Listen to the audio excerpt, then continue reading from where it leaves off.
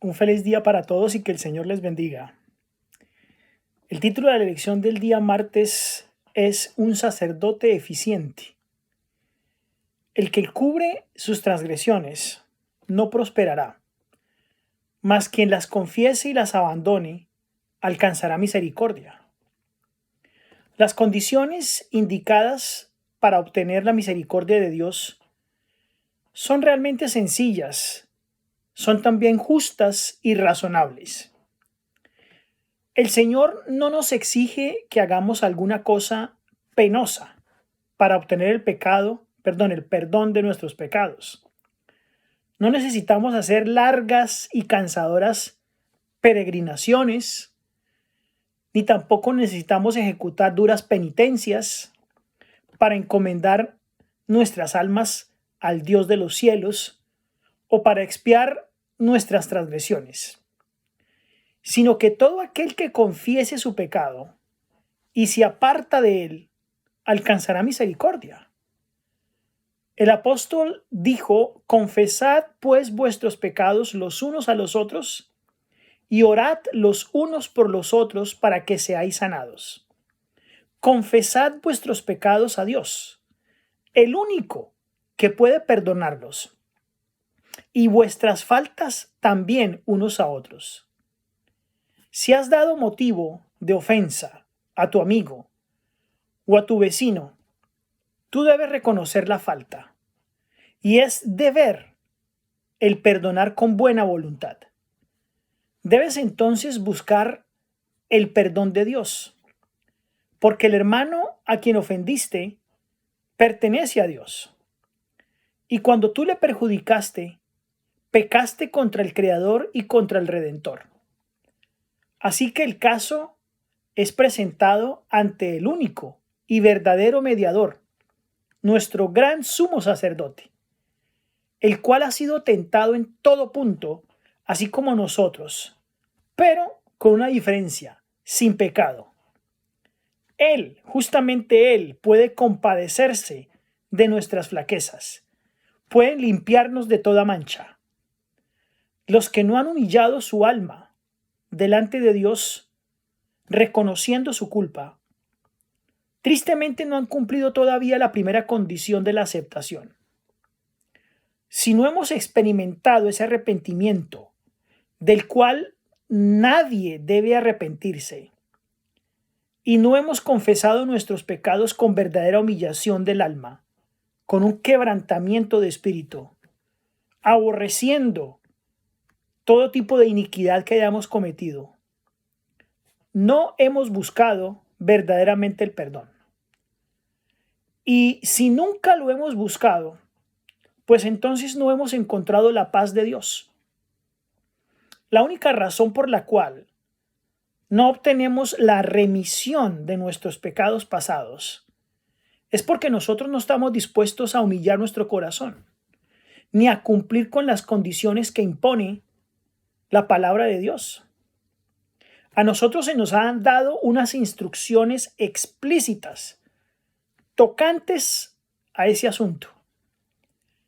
La confesión de nuestros pecados, ya sea público o privada, siempre debe ser de corazón, debe ser de forma voluntaria, no debe ser arrancada del pecador, no debe hacerse de un modo ligero, ni de un modo descuidado, o exigirse de aquellos que no tienen una comprensión real del carácter aborrecible del pecado.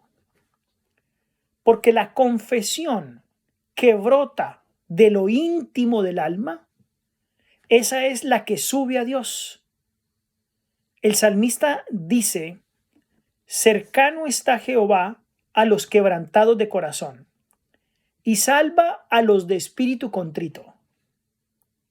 Por lo tanto, la verdadera confesión es siempre de un carácter específico y reconoce los pecados particulares, es decir, se debe orar por cada pecado. Pueden ser estos de una naturaleza que sean tal vez impresentables, pero delante de Dios los podemos presentar con plena confianza. Pueden ser males que se deban confesar individualmente, a los que tal vez hayan sufrido el daño por estos males. Otros tal vez pueden ser en público, y en ese caso esos pecados deben confesarse en público. Pero toda confesión debe hacerse definida y directa, con el propósito de reconocer los pecados de lo que uno es culpable. En los días de Samuel el profeta, los israelitas se alejaron de Dios y estaban sufriendo las consecuencias del pecado y habían perdido la fe en Dios completamente. Y la realidad era que no confiaban ni siquiera en ellos mismos. Se apartaron de Dios y desearon ser gobernados como naciones, como las naciones que los rodeaban. Recordemos que Samuel se puso triste por eso, porque pensó que lo habían rechazado a él y no a Dios. Y así que antes de encontrar paz hicieron una confesión, la cual dice así: porque a todos nuestros pecados hemos añadido esta maldad de pedir para nosotros un rey. Tenían que confesar el preciso pecado del cual se habían hecho culpables. Ese pecado que oprimía su alma, que los separaba de Dios. La confesión no es aceptable para Dios si no va acompañada de un correcto arrepentimiento, de un arrepentimiento sincero y de una reforma en nuestra vida. Se deben hacer cambios decididos en la vida. Todo lo que nosotros pensemos que ofende a Dios, debemos dejarlo a un lado.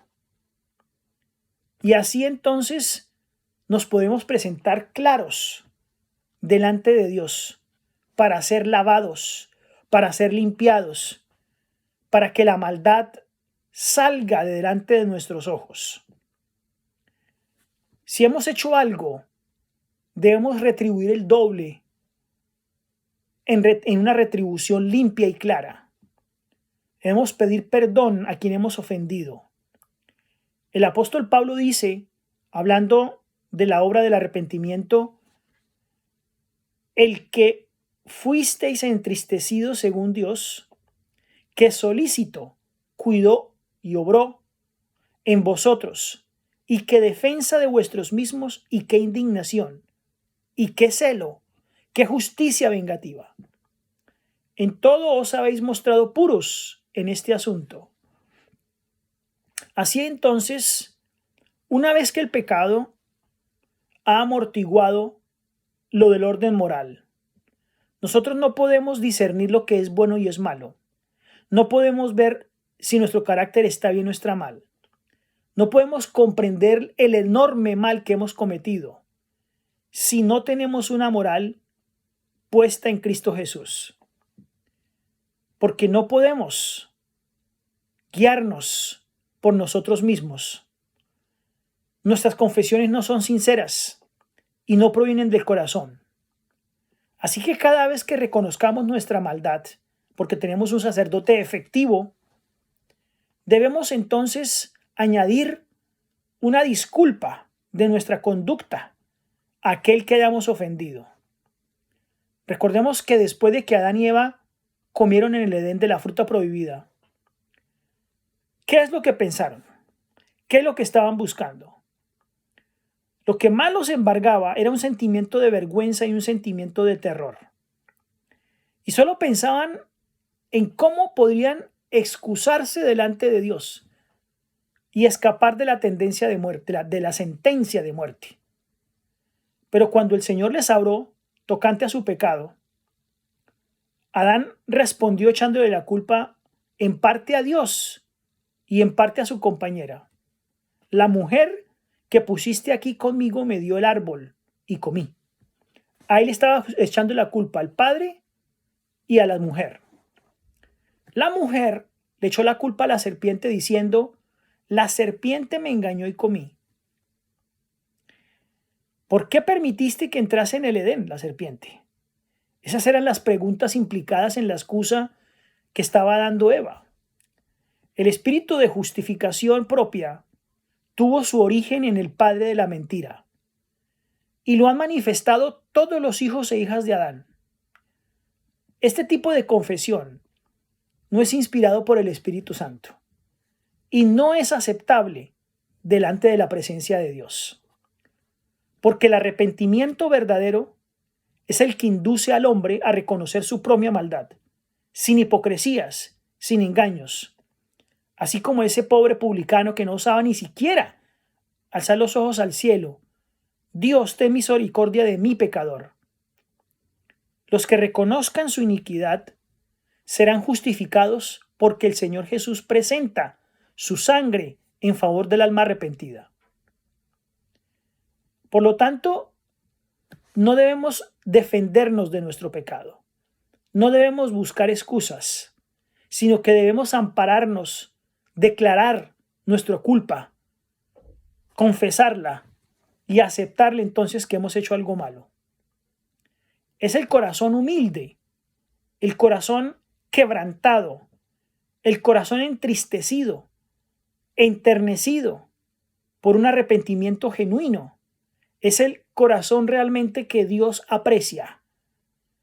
Ese gran costo en el Calvario tiene como recompensa el hecho de que tengamos accesibilidad a Dios mediante Cristo Jesús. Después de su ascensión, nuestro sumo sacerdote, nuestro Salvador, iba a principiar su obra como nuestro sumo sacerdote. Y el apóstol Pablo dijo: no entró Cristo en el santuario hecho de mano, figura del verdadero, sino en el mismo cielo, para presentarse ahora por nosotros ante Dios. Hebreos 9:24. Así que como el ministro de Cristo iba a consistir en dos grandes divisiones, el ministerio de Cristo, y cada una de ellas ocupando un periodo de tiempo, así entonces nosotros podemos entender la gran obra de Cristo Jesús. Cristo, después de su ascensión, compareció ante el Padre, ante la presencia de Dios, para ofrecer su sangre en beneficio de los creyentes arrepentidos. Y aunque la sangre de Cristo habría de liberar al pecador arrepentido de la condenación, no anulaba el pecado si éste no lo confesaba. Es entonces lo maravilloso de tener un sacerdote eficiente, que pasó toda su vida sin pecado, que se ofreció en muerte por nosotros y aún ahora está intercediendo por nosotros. Nuestra parte es vivir en armonía con sus principios, seguir su ejemplo y anhelar profundamente su perdón para estar en las mansiones celestiales algún día con Él. Que el Señor les bendiga.